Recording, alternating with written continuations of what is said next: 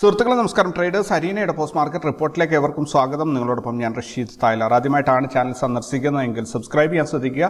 വീഡിയോയുടെ കുറിച്ചുള്ള നിങ്ങളുടെ അഭിപ്രായങ്ങൾ വീഡിയോയുടെ താഴെ നിർബന്ധമായിട്ടും കമൻറ്റ് ചെയ്യാൻ പ്രത്യേകം ശ്രദ്ധിക്കുക. അപ്പോൾ നിങ്ങളുടെ കമൻറ്റിലുള്ള മറുപടി അടുത്ത വീഡിയോയിൽ ഞാൻ നൽകുന്നതായിരിക്കും. കഴിഞ്ഞ വീഡിയോയിൽ നിങ്ങൾക്ക് പറഞ്ഞ അഭിപ്രായങ്ങൾക്കുള്ള മറുപടി ഈ വീഡിയോയുടെ അവസാന ഭാഗത്ത് നിങ്ങൾക്ക് കാണാൻ സാധിക്കും. അപ്പോൾ ഇന്നത്തെ പ്രധാനപ്പെട്ട ഹൈലൈറ്റ്സ് എന്തൊക്കെയാണെന്ന് നോക്കാം. ഇന്നത്തെ ഹൈലൈറ്റ്സിൽ ആദ്യമായിട്ട് പറയാനുള്ളത്, നാളെ ഒരു സ്പെഷ്യൽ ട്രേഡിംഗ് സെഷൻ ഉണ്ട്. എല്ലാ ബ്രോക്കേഴ്സിൻ്റെ അടുത്തും ഇതുണ്ടാവും. NSEയും BSEയും കമ്പൈൻഡ് ആയിട്ട് ചെയ്യുന്ന ഒരു പ്രോഗ്രാമാണ്. രാവിലെ 2 സെഷനായിട്ടാണ് ഇത് നടക്കുന്നത്. രാവിലെ ഫസ്റ്റ് സെഷൻ എന്ന് പറഞ്ഞാൽ 9:15 മുതൽ 10 മണി വരെയാണ് ഈ ഒരു സെഷൻ ഉണ്ടാവുക. രണ്ടാമത്തെ സെഷൻ എന്ന് പറഞ്ഞാൽ 11:30 മുതൽ 12:30 വരെയാണ് നമുക്ക് ട്രേഡ് ചെയ്യാൻ പറ്റുന്ന സമയമാണ് ഞാൻ ഈ പറഞ്ഞത്. അപ്പോൾ 1.25 മണിക്കൂറാണ് മൊത്തം കിട്ടുക. ഇതിനകത്ത് പ്രധാനമായിട്ടും ഇതൊരു ട്രയലാണ്, അതായത് ഡിസാസ്റ്റർ റിക്കവറിക്ക് വേണ്ടിയിട്ടുള്ള ഒരു ട്രയലാണ്. നിങ്ങൾക്ക് ഓർമ്മയുണ്ടാകും, കഴിഞ്ഞ ഡിസംബറിൽ 2022 ഡിസംബറിൽ NSEയിൽ ഒരു സെർവറിൽ ഒരു ക്രാഷ് ഉണ്ടായിരുന്നു. അങ്ങനെ ഒരു ഭയങ്കര പ്രശ്നം ഉണ്ടായിരുന്നു. അതിനുശേഷമാണ് ഇങ്ങനെ ഒരു സംഭവം വേണം എന്ന രീതിയിൽ ഒരു ചർച്ച വന്നതും ഇവരതിനായിട്ട് ഒരു ബാക്കപ്പ് സെർവർ വെച്ചിട്ട് ഇപ്പോൾ ചെയ്യാൻ പോകുന്നതും കഴിഞ്ഞ ജനുവരിയിൽ ചെയ്തത് നിങ്ങൾക്ക് ഓർമ്മയുണ്ടാവും. അതേ രീതി തന്നെയാണ്.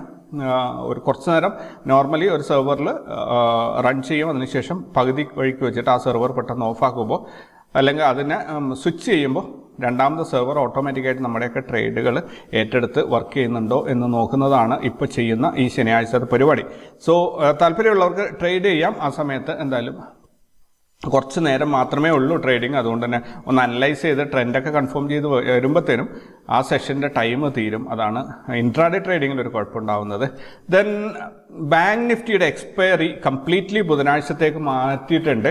മാർച്ച് 1 മുതലാണ് ഈ ഒരു സംഭവം നടക്കുന്നത്. നിങ്ങളൊക്കെ കണ്ടിട്ടുണ്ടാകും. കാരണം കഴിഞ്ഞ ബുധനാഴ്ച പോലും ഞാൻ കൺഫ്യൂസ് ആയിരുന്നു, ഇത് ബുധനാഴ്ചയാണോ വ്യാഴാഴ്ചയാണോ എക്സ്പയറി എന്ന കാര്യത്തിൽ.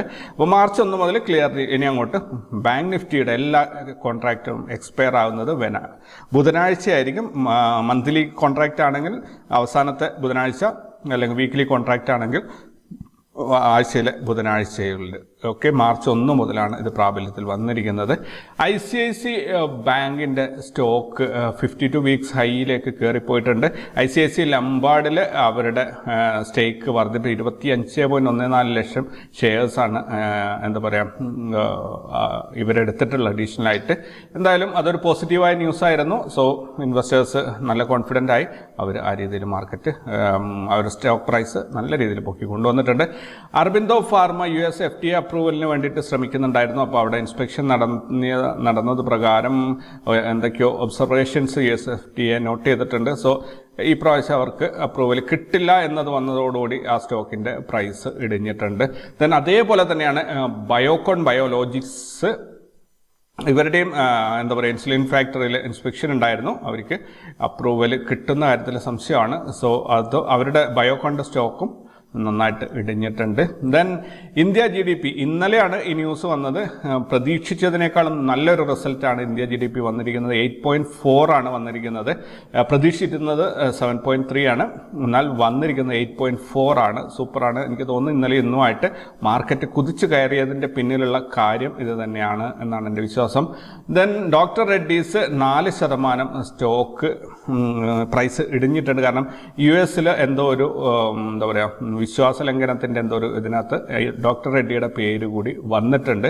ആ ഒരൊറ്റ കാരണം കൊണ്ട് തന്നെ 4% ഇന്ന് അവരുടെ സ്റ്റോക്ക് പ്രൈസ് ഇടിഞ്ഞിരിക്കുകയാണ്. അപ്പോൾ ഇത്രയൊക്കെയാണ് ഇന്നത്തേക്ക് ഞാൻ റെഡിയാക്കി വെച്ചിരിക്കുന്ന ഹൈലൈറ്റ്സ്. ഇനി കൂടുതൽ വിശേഷങ്ങളും വിവരങ്ങളൊക്കെ നമുക്ക് ഗ്ലോബൽ മാർക്കറ്റ് നോക്കാം. US മാർക്കറ്റിലൊരു സമ്മിശ്ര പ്രതികരണമാണ്. ഡോ ജോൺസ് 39 പോയിന്റ്സ് റെഡിലാണ്. Nasdaq 144 point ഗ്രീനിലാണ്.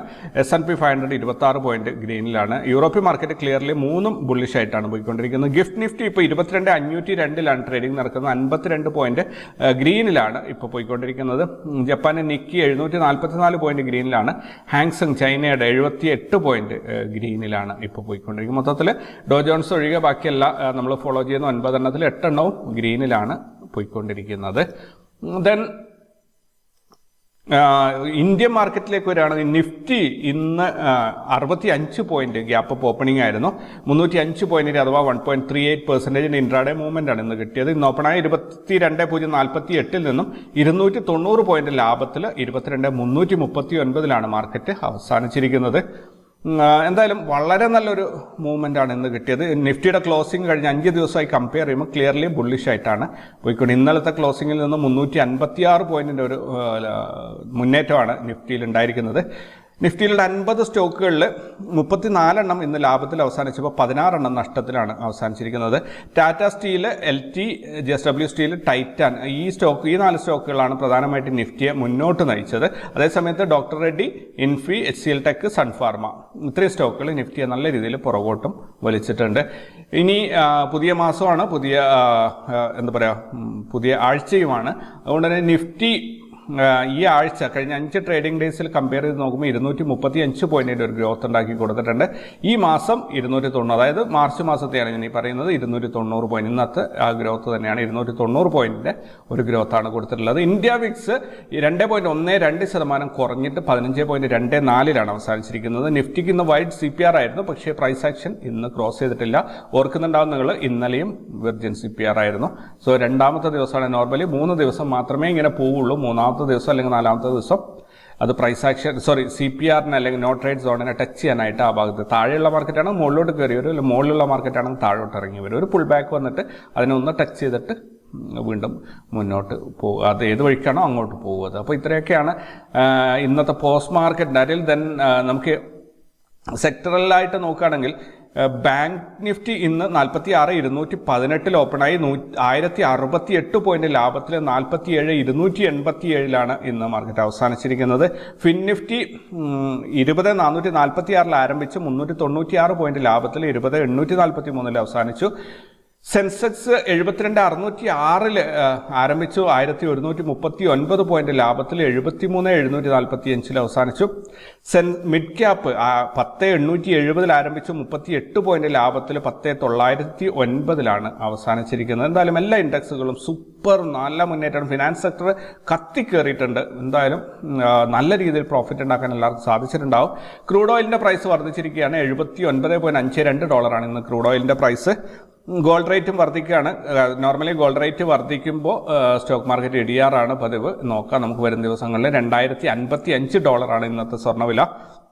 USD INR rate നോക്കുകയാണെങ്കിൽ ഒരു വിധത്തിൽ ഇന്നലെ 82.91 ആയിരുന്നു ഒരു $1 വിനിമയ നിരക്ക്. ഇന്നത് 82.90 കുറഞ്ഞിട്ടുണ്ട്. തീർച്ചയായിട്ടും ചെറിയ രീതിയിലുള്ള ഒരു മുന്നേറ്റം ഇന്ത്യൻ രൂപ കാഴ്ചവെച്ചിട്ടുണ്ട്.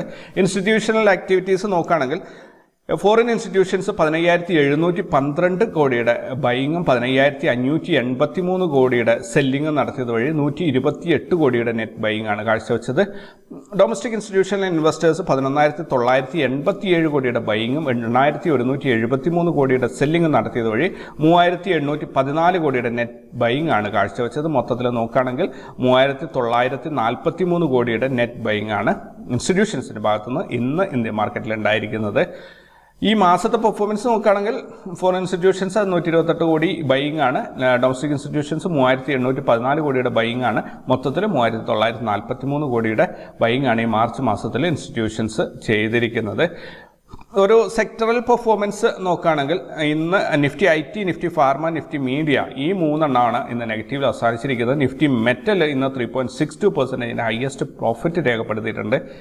ETF-ലേക്ക് വരികയാണെങ്കിൽ ITBസും ഫാർമ ബീസും ഇന്ന് നെഗറ്റീവിലാണ് അവസാനിച്ചിരിക്കുന്നത്. ഓട്ടോ ബീസ് ഇന്ന് 2.1% ഹയസ്റ്റ് പ്രോഫിറ്റ് ETF-ൽ ഉണ്ടാക്കിയിട്ടുണ്ട്. ദെൻ മേജർ സ്റ്റോക്സ് നോക്കുകയാണെങ്കിൽ ടാറ്റ സ്റ്റീൽ എന്ന് 6.89% ഉയർന്ന ലാഭം ഇന്ത്യൻ മാർക്കറ്റിൽ രേഖപ്പെടുത്തിയപ്പോൾ ICICI 3.67% ഉയർന്ന നഷ്ടവും ഈ മാർക്കറ്റിൽ രേഖപ്പെടുത്തി. Tata steel, TVS motors, Jindal steel, LT, JSW steel, REC limited, Titan, IndusInd bank, BPCL, ICICI bank, Maruti, PFC ഇത്രയും സ്റ്റോക്കുകൾ ഉയർന്ന ലാഭത്തിൽ അവസാനിച്ചപ്പോൾ ICICI, ഡോക്ടർ റെഡ്ഡി, ആസ്റ്റഡിയം, Voltas, Infy, HCL tech, Sun Pharma, Britannia, Cipla, SBI life, MRF, Apollo hospital ഇത്രയും സ്റ്റോക്കുകൾ ഉയർന്ന നഷ്ടവും ഇന്ത്യൻ മാർക്കറ്റിൽ രേഖപ്പെടുത്തി. NSE മൊത്തത്തിൽ നോക്കുകയാണെങ്കിൽ 1,439 സ്റ്റോക്കുകൾ ലാഭത്തിൽ അവസാനിച്ചപ്പോൾ 747 സ്റ്റോക്കുകൾ നഷ്ടത്തിലാണ് ഇന്ന് ക്ലോസ് ചെയ്തിരിക്കുന്നത്. നിഫ്റ്റിയുടെ PCR 1.29 വർദ്ധിച്ചിട്ടുണ്ട്. ഇന്നലെ വരെ അതൊരു ന്യൂട്രൽ അല്ലെങ്കിൽ സൈഡ് വൈസ് എന്നൊരു മോഡലായിരുന്നു. ഇന്നത് ബുള്ളിഷ് എന്നൊരു മോഡിലേക്ക് മാറിയിട്ടുണ്ട്. പക്ഷേ ഇത് നമുക്ക് ഒറ്റ ദിവസം കൊണ്ട് കൺഫേം ചെയ്യാൻ പറ്റില്ല. ഇതിൻ്റെ ഒരു കണ്ടിന്യൂഷൻ ആയിട്ട് 1-2 ദിവസം കൂടി ബുള്ളിഷ് മോഡ് അല്ലെങ്കിൽ PCR 1ന്റെ മുകളിൽ കിട്ടണം. 22,339 സ്പോട്ട് പ്രൈസ് അവസാനിച്ചിരിക്കുന്നത്. അവിടെ നിന്ന് 109 പോയിന്റ് മുകളിലായിട്ട് 22,448 ഫ്യൂച്ചറിൻ്റെ ട്രേഡിംഗ് നടന്നുകൊണ്ടിരിക്കുന്നത്. കഴിഞ്ഞ 5 ദിവസമായി കമ്പയർ ചെയ്യുമ്പോൾ ഫ്യൂച്ചറിൻ്റെ പ്രൈസ് ബുള്ളിഷ് ആയിട്ടാണ് പോയിക്കൊണ്ടിരിക്കുന്നത്. ഹയസ്റ്റ് ഓപ്പൺ ഇൻട്രസ്റ്റ് നോക്കുകയാണെങ്കിൽ 22,800 57 ലക്ഷം കോൾ റൈറ്റ് ചെയ്തിട്ടുണ്ട്. 22,000 80 ലക്ഷം പുട്ടും റൈറ്റ് ചെയ്തിട്ടുണ്ട്. അപ്പം കോൾ റൈറ്റേഴ്സ് ഓപ്ഷൻ റൈറ്റേഴ്സ് മാർക്കറ്റിനെ മുകളിലോട്ട് പൊക്കി വിടാനാണ് ആഗ്രഹിക്കുന്നത് എന്ന് തോന്നുന്നു. ബാങ്ക് നിഫ്റ്റിയുടെ PCR 1.27 ആയിട്ട് വർദ്ധിച്ചിട്ടുണ്ട്. ഇന്നലെ വരെ അത് ന്യൂട്രൽ അല്ലെങ്കിൽ സൈഡ് വൈസ് ആയിരുന്നു. ദെൻ 47,287 സ്പോട്ട് പ്രൈസ് അവസാനിച്ചപ്പോൾ 47,620 ഫ്യൂച്ചറിൻ്റെ ട്രേഡിംഗ് നടക്കുന്നത്. ദെൻ 48,000 21 ലക്ഷം കോളും 46,500 32 ലക്ഷം പുട്ടും റൈറ്റ് ചെയ്തിട്ടുണ്ട്. റിസൾട്ട് അനൗൺസ് ചെയ്യുന്ന കമ്പനികൾ നാളത്തേക്ക് ഒന്നും തന്നെ ഇല്ല. ദെൻ ഗ്ലോബൽ ഈവൻറ്റ്സ് നോക്കുകയാണെങ്കിൽ 2 ദിവസം അവധി ആയതുകൊണ്ട് ഞായറാഴ്ച വൈകുന്നേരത്തേക്കാണ് ഗ്ലോബൽ ഈവൻറ്റ്സ് അപ്ഡേറ്റ് ആവുക. അപ്പോൾ ഇന്ന് പറയാൻ മാത്രം ഒന്നും തന്നെ സംഭവങ്ങളില്ല. ഇനി ഞങ്ങളുടെ ഒരു ട്രേഡ് നോക്കുകയാണെങ്കിൽ 1-ാം തീയതി മാർച്ച് 1 ഫസ്റ്റ് ട്രേഡ് ഞങ്ങൾ ഇന്ന് സ്റ്റോപ്പ് ലോസിലാണ് പോയത്. പക്ഷേ ഫസ്റ്റ് ട്രേഡ് എന്ന് പറഞ്ഞാൽ ഇന്ന് തുടങ്ങിയ ആദ്യത്തെ ട്രേഡാണ് ഞാൻ ഉദ്ദേശിച്ചത്. ഇന്നേ ദിവസം ഞങ്ങൾ 21,270 രൂപയുടെ അഥവാ 3.55% ഒരു പ്രോഫിറ്റാണ് ഉണ്ടാക്കിയിരിക്കുന്നത്. 18 ട്രേഡുകളിൽ നിന്നായിട്ട് 1:2.7 എന്ന റിസ്ക് റിവാർഡ് റേഷ്യോയിൽ മുന്നോട്ട് പോകാൻ സാധിച്ചിട്ടുണ്ട്. നിഫ്റ്റിയിൽ ഇന്ന് 8% പ്രോഫിറ്റാണ്. ബാങ്ക് നിഫ്റ്റിയിൽ 4.9%, ഫിൻ നിഫ്റ്റിയിൽ ഫിൻ നിഫ്റ്റിയിൽ 10.5%, മിഡ് ക്യാപ്പിൽ 1.8% ലോസാണ്. സെൻസെക്സിൽ 6.8% ലോസാണ് ഉണ്ടാക്കിയിരിക്കുന്നത്. സ്റ്റോക്ക് ഓപ്ഷൻസിൽ 6.3 പ്രോഫിറ്റ് ഉണ്ടാക്കാൻ സാധിച്ചിട്ടുണ്ട്. മന്ത്ലി പെർഫോമൻസ് നമുക്ക് നോക്കാറായിട്ടില്ല, കാരണം ഇന്നൊറ്റ ദിവസം കൊണ്ട് അതേ റിസൾട്ട് തന്നെയാണ് ഇവിടെ എനിക്ക് പറയാനുള്ളത്. ഇനി റാസ് ലെവൽസ് നോക്കുകയാണെങ്കിൽ സെൻസെക്സ് ഇന്നലെ ഞാൻ ഒരേ ഒരു കാര്യമാണ് പറഞ്ഞിരുന്നത്. റാസ് ലെവൽസ് ഈ ഒരു ഇതിൽ മാർക്കറ്റ് മുകളിലോട്ട് ഒന്നുകിൽ എക്സ്ട്രീം റേഞ്ചിൽ ഒരു മൂവ്മെൻ്റ് ആയിരിക്കും, അല്ലെങ്കിൽ വലിയ രീതിയിലുള്ള ഒരു മൂവ്മെൻറ്റ് നൽകും എന്നാണ് ഇന്നലെ ഞാൻ പറഞ്ഞിട്ടുണ്ടായിരുന്നത്. ആ വലിയ രീതിയിൽ ഞാൻ പ്രതീക്ഷിച്ചത് ഒരു പീക്കിൽ പോയിട്ട് തിരിച്ചിറങ്ങി വരും എന്നാണ്. പക്ഷേ അവിടെ നിന്ന് അങ്ങോട്ട് അത് എക്സ്റ്റെൻഡ് ചെയ്യുകയാണ് ചെയ്തത്. ഇവിടെ നിന്നൊരു റിവേഴ്സൽ ഉണ്ടായിരുന്നു. 71,200 നിന്നും 73,200 നിന്നും ഒരു റിവേഴ്സൽ വന്നിരുന്നു. ഓൾമോസ്റ്റ് ആ റിവേഴ്സൽ കൺഫേം ആകും എന്ന് കരുതിയ സമയത്ത് അവിടെ നിന്ന് സപ്പോർട്ട് എടുത്ത് മാർക്കറ്റ് കുതിച്ചു കയറി പോവുകയാണ് ചെയ്തത്. എന്തായാലും ഇന്ന് 1000 പോയിന്റിൻ്റെ അടുത്ത് ഒരു മുന്നേറ്റം ഉണ്ടാക്കി കൊടുത്തിട്ടുണ്ട്. ഇന്നത്തെ ഓപ്പണിംഗ് എന്ന് പറഞ്ഞാൽ R2 അടുത്തായിരുന്നു. അവിടുന്ന് ഓപ്പണായിട്ട് പിന്നെ നേരെ കയറി അങ്ങ് പോയി. നമ്മൾ ഇന്ന് പ്രതീക്ഷിച്ചിരുന്ന ആ ഒരു ഡേ ഹൈയും കട്ട് ചെയ്ത് അവിടെ ഒരു റീടെസ്റ്റിംഗ് നടത്തിയിട്ട് ഏകദേശം അത്ര തന്നെ പോയിന്റ് മുകളിലോട്ട് പോയിട്ടുണ്ട്. സോ CPR-ഉം നോട്രേറ്റ് സോണും തമ്മിലുള്ള ഒരു കോമ്പിനേഷൻ നിങ്ങളൊന്ന് ശ്രദ്ധിച്ചു വെച്ചോളുക. നോട്രേറ്റ് സോണിൻ്റെ മുകളിലായിട്ട് CPR വളരെ വൈഡ് അല്ലാത്തൊരു CPR വരികയാണെങ്കിൽ ഈ രീതിയിലുള്ള ഹെവി മൂവ്മെൻറ്റ് കിട്ടും എന്ന് നമുക്ക് പ്രതീക്ഷിക്കാം. ദെൻ ഓവറോൾ ഒരു മാർക്കറ്റിൻ്റെ ഒരു ട്രെൻഡ് നോക്കുകയാണെങ്കിൽ നിഫ്റ്റിയിൽ ഒരു യൂട്ടേൺ അടിച്ചിട്ടുണ്ട് മാർക്കറ്റ്. ഇന്നലെ നമ്മൾ പറഞ്ഞ പോലെ ഇവിടെ ട്രെൻഡ് റിവേഴ്സൽ ആയിരിക്കുമോ എന്നൊരു ചോദ്യത്തിന് തീർച്ചയായിട്ടും ട്രെൻഡ് റിവേഴ്സലാണ് എന്ന ഒരു മറുപടിയാണ് കിട്ടിയിരിക്കുന്നത്. 20,353 മാർക്കറ്റ് വന്ന് അവസാനിച്ചിരിക്കുന്നത്. ഒരു ഓൾ ടൈം ഹൈ ആണ് നിഫ്റ്റി ക്രിയേറ്റ് ചെയ്തിരിക്കുന്നത് ഇന്ന്. അതെന്തായാലും ഹൈലൈറ്റ് സെഷനിൽ ഞാനത് പറയാൻ വിട്ടുപോയിട്ടുണ്ട്. അപ്പോൾ 20,353 ഓൾ ടൈം ഹൈ വന്നിരിക്കുന്നത്. ഇന്നത്തേക്ക് നോക്കാം വരും ദിവസങ്ങളിൽ എങ്ങനെയാണ് പെർഫോം ചെയ്യുന്നത് എന്നുള്ളത്. അതേപോലെ തന്നെ ഇവിടെ സെൻസെക്സ് ഇതിന് മുൻപ് അതേ ഹൈ വന്നിട്ട് ഇല്ലെന്ന് തോന്നുന്നു. ഇവിടെ 73,819 ഇതുവരെ വന്നിട്ടില്ലെന്ന് തോന്നുന്നു. ദെൻ നമുക്ക് മിഡ് ക്യാപ്പിലേക്ക് വരികയാണെങ്കിൽ മിഡ് ക്യാപ്പിലും ഒരു തിരിച്ചു വരവ് കാണിക്കുന്നുണ്ട്. പക്ഷേ ഇവിടെ ഒരു കാര്യം ശ്രദ്ധിക്കാനുള്ളത്, ഈ ഒരു റേഞ്ചിനെ ഒന്ന് ബ്രേക്ക് ചെയ്യണം എങ്ങോട്ടെങ്കിലും, എന്നാൽ മാത്രമേ നമുക്കിതൊരു കൃത്യമായി പോകുന്നുണ്ടോ എന്ന് അറിയാൻ പറ്റുള്ളൂ. അതുവരെയും നമുക്ക് ഇതൊരു സൈഡ് വൈസ് മാർക്കറ്റായിട്ടേ അതിനെ കാണാൻ സാധിക്കുള്ളൂ. ഫിനാൻസ് സെക്ടറിലേക്ക് നോക്കുകയാണെങ്കിൽ ശരിക്കും നല്ലൊരു റിക്കവറി നടത്തിയിട്ടുണ്ട്. മന്ത്ലി നോട്രേറ്റ് സോണിനെ ഇത് ഇന്നലെ തീർന്നതിൻ്റെ ഒരു ബാക്കി പത്രമാണ് ഞാൻ പറയുന്നത്. ഇന്ന് മുതൽ പുതിയ റാസ് ലെവൽസാണ്, മന്ത്ലി ലെവൽസാണ് ഇവിടെ വരുന്നത്. എന്നാലും അതിൻ്റെ ഒരു കണ്ടിന്യൂഷനായിട്ട് പറയുകയാണെങ്കിൽ നല്ല രീതിയിലുള്ള ഒരു മൂവ്മെൻറ്റ്. നിഫ്റ്റി ശരിക്കും ഇന്നലെ 29-ാം തീയതിക്ക് 22,560 എത്തേണ്ടതായിരുന്നു. പക്ഷേ ഇന്നോ നാളെ ആയിട്ട് 2-3 ദിവസം കൊണ്ട് ആ ഒരു ടാർഗറ്റ് അച്ചീവ് ചെയ്യുമെന്ന് തോന്നുന്നു. ഇനി ബാങ്ക് എക്സും ഫിൻ നിഫ്റ്റിയും എല്ലാം അതേ രീതിയിലുള്ള ഒരു മൂവ്മെൻറ്റ് തന്നെയാണ് കൊടുത്തിട്ടുള്ളത്. തിങ്കളാഴ്ചത്തേക്കുള്ള മിഡ് ക്യാപ്പിൻ്റെ എക്സ്പയറി ആണ് തിങ്കളാഴ്ച. പക്ഷേ ഇത്രയും 2 ദിവസം ഗ്യാപ്പ് ഉള്ളതുകൊണ്ട് ഞാൻ ആ ട്രേഡുകളുടെ ഒന്നും തന്നെ പ്ലാൻ ചെയ്തിട്ടില്ല. സോ നമുക്ക് കഴിഞ്ഞ വീഡിയോയിൽ നിങ്ങൾ പറഞ്ഞ അഭിപ്രായങ്ങൾക്കുള്ള മറുപടി പറയാം. ഇവിടെ കഴിഞ്ഞ വീഡിയോ 29-ാം തീയതിത്തെ വീഡിയോ 851 പേരാണ് കണ്ടിരിക്കുന്നത്. 9000 പേരാണ് ഈ ചാനൽ ഇതുവരെയായിട്ട് സബ്സ്ക്രൈബ് ചെയ്തിട്ടുള്ളത്. 10% ആൾക്കാർ ആണ് ഇത് കണ്ടിരിക്കുന്ന വീഡിയോസ്. ദെൻ ഇവിടെ പ്രസന്ന ബ്രിങ്കൽ IT ഫയലിങ്ങിനെ കുറിച്ച് ഡീറ്റെയിൽ ആയിട്ട് ഒന്ന് പറയാമോ? IT ഫയലിങ്ങിനെ കുറിച്ച് ഞാൻ വീഡിയോ ചെയ്യാൻ ആഗ്രഹിക്കുന്നുണ്ട്.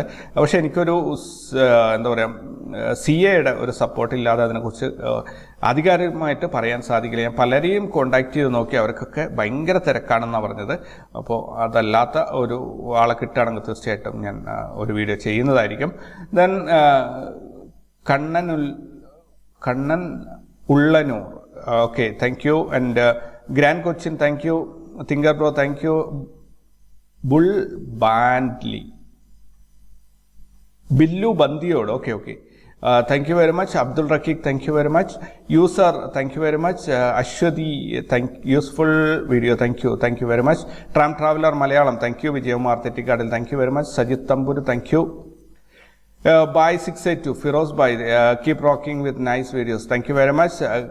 Girish Chandran, good strategy, thank you very much. And Hakkai TV, JSW Infra Parayo, സ്റ്റോക്കിനെ കുറിച്ചാണ് ചോദിക്കുന്നതെങ്കിൽ ഞാൻ അതിനെക്കുറിച്ച് നോക്കിയിട്ടില്ല. യെസ് മാൻ, എന്നാൽ അമർത്തി ഒരു തള്ളുകൂട് വീഴുമോ എന്ന് നോക്കാമല്ലോ. അമർത്തി തള്ളേണ്ട കാര്യമില്ല, മാർക്കറ്റ് തിരിച്ച് കയറിപ്പോയിട്ടുണ്ട്. ഇങ്ങനെ ഒന്ന് തള്ളിക്കൊടുത്താൽ മതി, അതങ്ങോട്ട് കയറിപ്പോയിക്കോളും. ഓക്കെ, എങ്ങോട്ടും ഞാൻ തള്ളിയതുകൊണ്ട് മാർക്കറ്റിൽ ഒന്നും തന്നെ സംഭവിക്കില്ല എന്ന് പൂർണ്ണ ബോധ്യമുള്ളതുകൊണ്ട് തള്ളലിന് ഞാനില്ല. ഓക്കെ, ഞാൻ ബിച്ചു, തൃശ്ശൂർ ക്ലാസ് ഉണ്ടാകുമോ? ബ്രദർ, എല്ലായിടത്തും കണ്ണൂർ, ആദ്യം തിരുവനന്തപുരത്തായിരുന്നു ഏറ്റവും കൂടുതലുണ്ടായി. ഇപ്പോൾ കണ്ണൂർ, കോഴിക്കോടായിട്ട് ഒരുപാട് പേര് ചോദിക്കുന്നുണ്ട്. ഇപ്പം നിങ്ങൾ തൃശ്ശൂർ തുടങ്ങി വെച്ചിട്ടുണ്ട്. എന്തായാലും നോക്കാം. എനിക്ക് എൻ്റെതായ രീതിയിൽ അവിടെ ഹോട്ടൽ കണ്ടുപിടിച്ച്, ഹോള് കണ്ടുപിടിച്ച് എല്ലാവരെയും കോർഡിനേറ്റ് ചെയ്ത് അവിടെ എത്തിച്ചിട്ട് ക്ലാസ് നടത്താക്കുക എന്ന് പറഞ്ഞാൽ വലിയ തലവേദനയായിട്ടാണ് എനിക്ക് ഫീൽ ചെയ്യുന്നത്. കാരണം ഡെയിലി ലൈവ് മാർക്കറ്റിൽ എനിക്ക് ഇരിക്കുകയും വേണം, അത് കഴിഞ്ഞിട്ട് ഇതിനൊക്കെ പുറകെ പോകണമെന്ന് പറഞ്ഞാൽ ഭയങ്കര ഒരു മടുപ്പ് വരുന്നൊരു സംഭവമാണ്. അപ്പോൾ എറണാകുളം ക്ലാസ്സിൽ റെയ്ബിൻ, ജോസഫ് സാർ ഇവരൊക്കെയാണ് കൂടുതൽ എഫേർട്ട് എടുത്തത്. അപ്പോൾ അതുകൊണ്ട് തന്നെ അത്ര വലിയ ഒരു ബുദ്ധിമുട്ടുണ്ടായിരുന്നില്ല. ബാക്കി രജിസ്ട്രേഷൻ വരുന്ന ആൾക്കാരുടെ ഫീ കളക്ഷനൊക്കെ ആണ് ഒരു ഇതുണ്ടായിരുന്നത്. അത് ഓൺലൈൻ ആയതുകൊണ്ട് വലിയ ബുദ്ധിമുട്ടുണ്ടായിട്ടില്ല. അപ്പോൾ തൃശ്ശൂരോ കോഴിക്കോടോ അല്ലെങ്കിൽ തിരുവനന്തപുരത്തോ തന്നെ ആരെങ്കിലും ഇതേ രീതിയിൽ ഹോട്ടൽസ് കണ്ടുപിടിക്കാനും അതിൻ്റെ കാര്യങ്ങളൊക്കെ ചെയ്യാൻ വേണ്ടിയിട്ട് മുന്നോട്ട് വരികയാണെങ്കിൽ തീർച്ചയായിട്ടും നിങ്ങൾ പറയുന്ന സ്ഥലത്ത് ക്ലാസ്സിനെ കുറിച്ച് ആലോചിക്കാം. ദെൻ ഇന്ത്യൻ നിഫ്റ്റി 22K താഴെയാണല്ലോ ക്ലോസിംഗ്. 982 ആയിരുന്നു ഇന്നലത്തെ ക്ലോസിങ്. അത് വളരെ ഈസി ആയിട്ട് ഇന്ന് ചാടിക്കടന്ന് പോയിട്ടുണ്ട്.